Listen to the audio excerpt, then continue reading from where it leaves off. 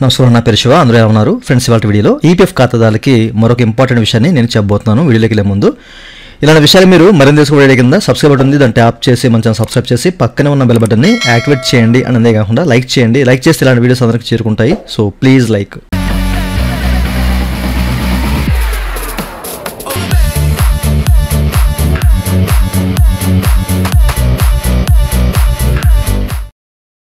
ఇక టాపిక్లోకి వెళ్ళే ముందు ఈపీఎఫ్ సంబంధించిన క్వైరీ సర్వీస్ కావాలంటే పెయిడ్ సర్వీస్ ఉన్నాయి, నన్ను అయితే కాంటాక్ట్ అవ్వచ్చు. నా వాట్సాప్ నెంబర్ వీడియో కింద మీకు డిస్క్రిప్షన్లో ప్రొవైడ్ చేశాను. వాట్సాప్ ద్వారా మాత్రమే నన్ను అయితే కాంటాక్ట్ అవ్వండి. అయితే ఈ వీడియోలో రీసెంట్గా మనకి ఏంటంటే ఈపీఎఫ్ రకరకాల అప్డేట్స్ అయితే తీసుకొచ్చింది, ముఖ్యంగా జేడీలో జాయింట్ డిక్లరేషన్లో. ఓకేనా? సో దీన్ని సింప్లిఫికేషన్ చేసిందనమాట. సో మీకు చెక్ చేసుకోవచ్చు, ఎంతమంది కూడా మీకు చెప్పాను. ఓకేనా? సో ఎవరైతే యూఏఎన్ నెంబర్ అయితే 2017 తర్వాత జనరేట్ అయ్యి ఆధార్కి లింక్ అయి ఉంటుందో, సో అట్లాంటి వాళ్ళకి ఏంటంటే ఓన్గా వాళ్ళే ఏ డీటెయిల్స్ అయినా కానీ మాడిఫై చేసుకుని అప్రూవ్ చేసుకోవచ్చు అనమాట ఎంచక్గా. ఓకేనా? లేదు 2017 ముందు 1 అక్టోబర్ 2017 ముందు ఎవరికైతే జనరేట్ అయి ఉంటాయో 2016, 2015 అట్లా, సో వాళ్ళకి ఏంటంటే కొన్ని పర్టికులర్స్ అనేవి వాళ్ళు అప్రూవ్ చేసుకోవచ్చు. కొన్ని మాత్రం ఎంప్లాయర్స్కి వెళ్తాయి. ఓకేనా? సో ఈ విషయాన్ని మీరు గమనించాలి. ఓకే, ఈపీఎఫ్ ఆఫ్తో సంబంధం లేకుండా ఉంటుందన్నమాట అది కూడాను. సో ఇదొకటి.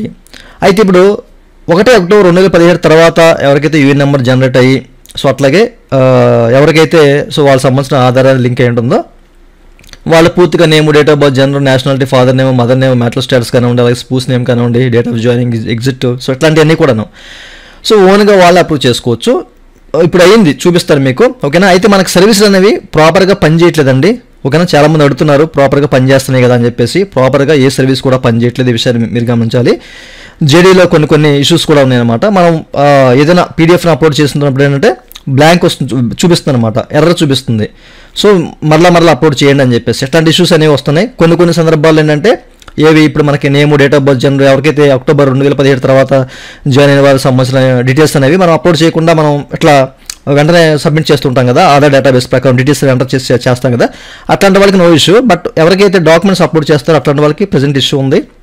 అలాగే పిఎఫ్ ఇతర కూడా సంథింగ్ ఇష్యూస్ ఉన్నాయి. సో ఏది ప్రాపర్గా పనిచేయట్లేదు, ఈ విషయాన్ని మీరు గమనించాలి. చాలామంది అవుతుందని చెప్పేసి అనుకుంటారు కానీ ఏది కూడా ప్రాపర్గా పనిచేయట్లేదు. ఓకే, అయితే ఇప్పుడు మీకు చూపిస్తారండి. ఓకేనా? సో ఇదేంటంటే 2017 ముందు అంటే 2011లో జనరేట్ అయిన యూఏఎన్ నెంబర్ అనమాట. ఆ తర్వాత ఆధార్ లింక్ అయ్యి సో కంటిన్యూ అవుతున్న యూఏఎన్ నెంబరు. అయితే మీరు ఇక్కడ చెక్ చేసుకోవచ్చు అండి, మ్యాటల్ స్టేటస్ కానీ నేషనాలిటీ కానీ రెండు అప్డేట్ చేసినప్పుడు. ఓకేనా? సో ఓన్ అంటే ఎవరైతే మెంబర్ ఉన్నారో, సో ఎవరైతే ఈపీఎఫ్ ఖాతాదారు ఉన్నాడో, సో వాళ్ళ ప్రమేయంతో ఇది అప్రూవ్ అయిందనమాట.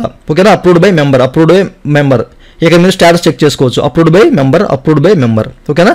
సో మనంగా ఇప్పుడు అప్రూవ్ చేసుకోవచ్చు. ఇట్లాంటివి జస్ట్ ఎంటర్ చేసి ఆధార్ డేటాబేస్ ప్రకారం. ఓకే, సో జస్ట్ ఒక క్లిక్ ఇవ్వగానే మనకి ఇది అప్డేట్ అయిపోతుంది అనమాట.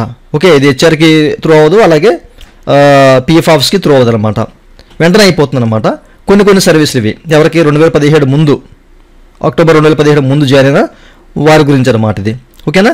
సో నిజంగా ఇదంతా వర్క్ అవుతుంది, పర్ఫెక్ట్గా వర్క్ అవుతుంది. అంటే ఇప్పుడు ఈపీఎఫ్ తీసుకొచ్చిన అప్డేట్ ఏదైతే ఉందో ఇది పర్ఫెక్ట్గా వర్క్ అవుతుంది. బట్ కొన్ని గ్లిచెస్ అయితే ఉన్నాయన్నమాట. ఓకేనా? ప్రజెంట్ అయితే సర్వీసెస్ సరిగ్గా పనిచేయట్లేదు.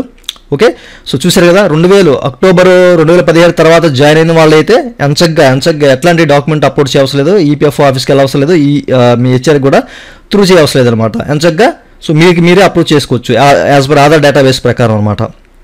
ఓకే, సో అట్లాగే పిఎఫ్ ఆఫీస్ కూడా ఇప్పుడు కొన్ని మనకి సబ్మిట్ అయ్యే అవకాశం అయితే లేదు. ఓకే, ఎందుకంటే 1 అక్టోబర్ 2017 ముందు ఎవరైతే జాయిన్ అవుతారో, ఓకేనా, అంటే 2016, 2015 అండ్ 11 ఇట్లా, సో అట్లాంటి వాళ్ళకి అయితే హెచ్ఆర్ దగ్గరికి వెళ్తుంది. హెచ్ఆర్ ఓకే చేసి సరిపోతుంది అనమాట. ఓకేనా? పిఎఫ్ ఆఫీస్ కూడా వెళ్ళవు మనకి ఈ సర్క్యులర్ ప్రకారం అనమాట. సింప్లీ మాడిఫికేషన్స్ అయితే మనకి ఇది జేడీ అనేది సింప్లిఫై చేశారు కాబట్టి ఎంచగ్గా సో చాలా వరకు ఇది ఇబ్బంది అవ్వట్లేదు. సో మీకు హెచ్ఆర్కి రిలేషన్స్ ఉంటే ఎంచగ్గా మీరు ఏదైనా మార్చేసుకోవచ్చు.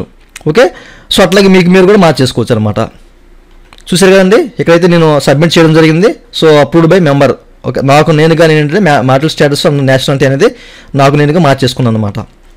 ఓకే, సో ట్రై చేయండి. సర్వీస్ అయితే ప్రజెంట్ పనిచేయట్లేదు, బట్ వీళ్ళు తీసుకొచ్చిన అప్డేట్ అయితే ఎంచగ్గా పనిచేస్తుంది. ఓకే, సో ఇది ప్రతి ఒక్కరికి తెలియాలి అనే ఉద్దేశంతో చెప్తున్నాను. ఇదండి వాళ్ళ వీడియో. ఈ వీడియో మీ హెల్త్ వీడియో కింద లైక్ బటన్ లైక్ చేసి సపోర్ట్ చేయండి. అలాగే ఇలా విషయాలు మీరు మళ్ళీ తీసుకోవడం కింద సబ్స్క్రైబ్ బటన్ ఉంది, దాన్ని ట్యాప్ చేసి సబ్స్క్రైబ్ చేసి పక్కన బటన్ యాడ్ చేయండి. Thank you for watching and జై హింద్.